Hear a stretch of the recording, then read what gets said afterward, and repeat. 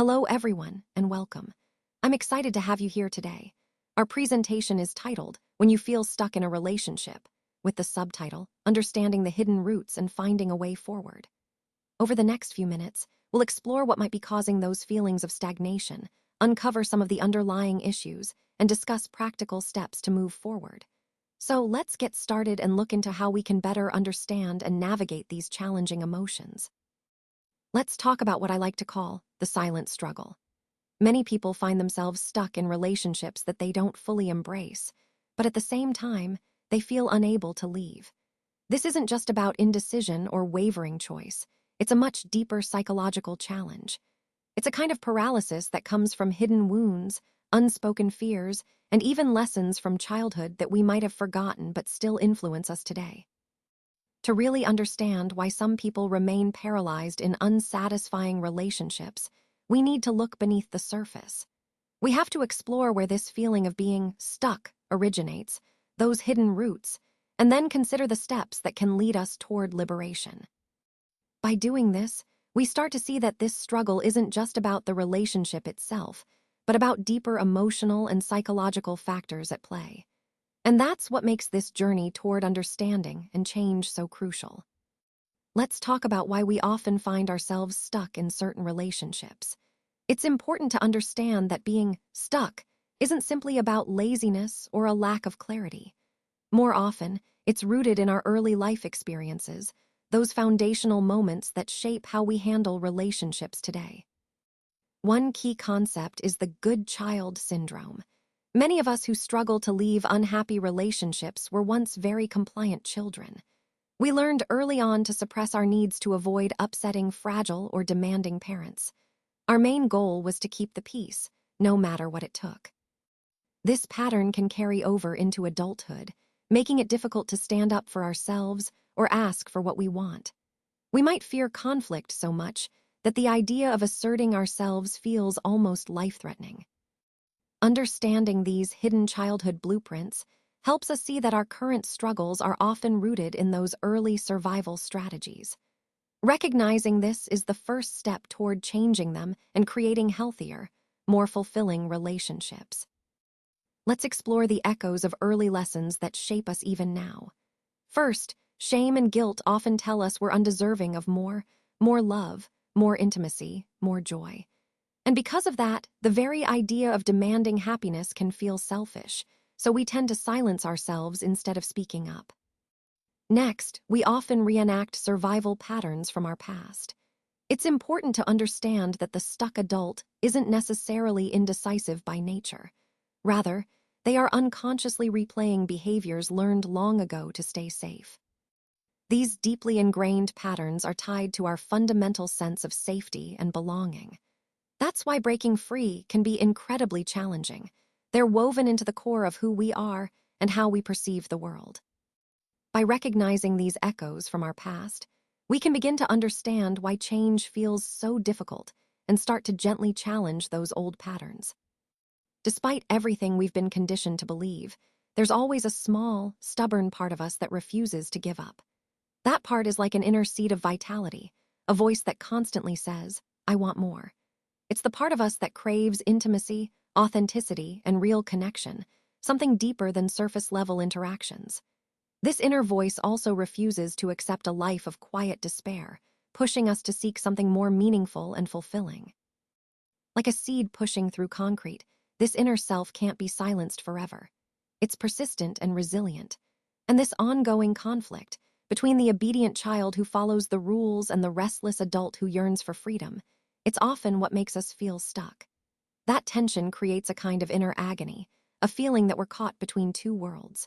Recognizing this inner struggle is key to understanding how to move forward and reconnect with that vital part of ourselves. Let's talk about the legitimacy of our desires.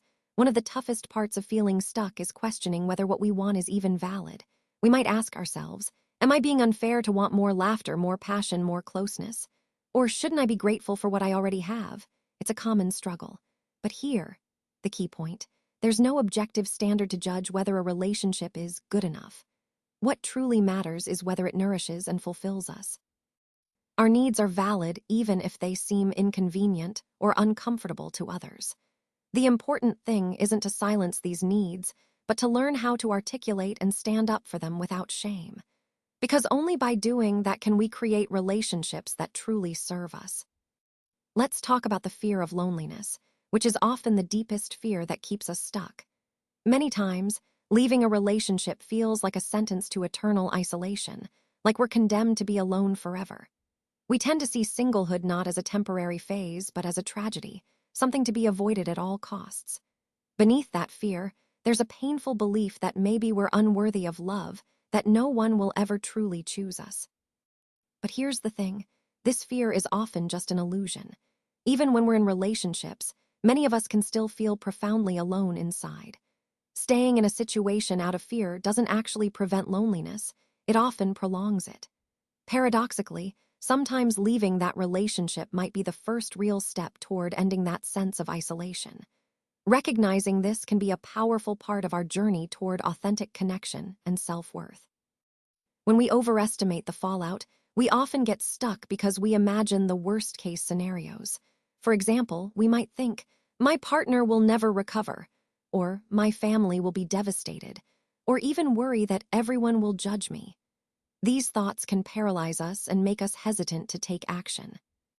But in reality, people tend to cope much better than we expect. Partners do recover over time, friends adapt to changes, and families find a way to move on.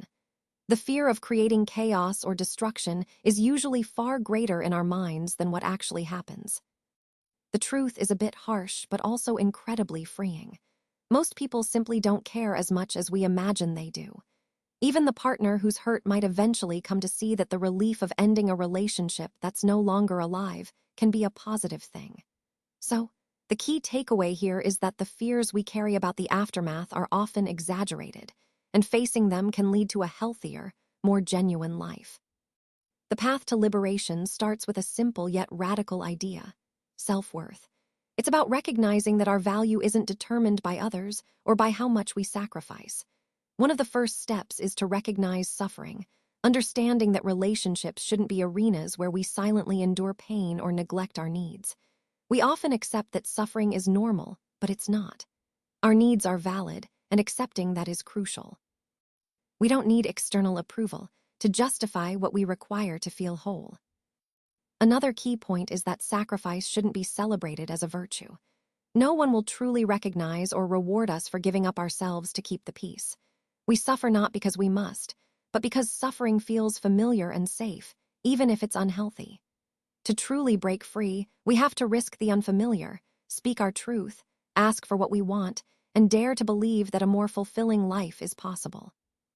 It's about valuing ourselves enough to step into that possibility and create the change we deserve. Let's reflect on the final thought, the power of choice. Being stuck in a relationship isn't a sign of failure. Rather, it's often a symptom of unresolved past wounds or unhealed history. It's a collision between what we learned in childhood and our deeper adult longing for connection and authenticity. The challenge we face is undeniably huge. Changing or leaving a relationship can feel overwhelming. But what's important is that the path forward is actually quite clear. It starts with reclaiming our courage. We need to honor our true desires, even if doing so causes disruption or discomfort. And here's a vital point. We don't have to wait for fate, illness, or some divine sign to set us free. The power to make those choices lies within us.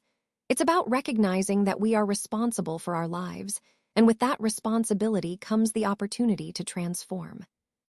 Whether we choose to leave, stay, or seek change, the very first step is always the same. It's about valuing ourselves enough to make a conscious choice. That's where true empowerment begins. So remember, the power of choice is always in our hands, and it's the key to living authentically and in alignment with our deepest desires.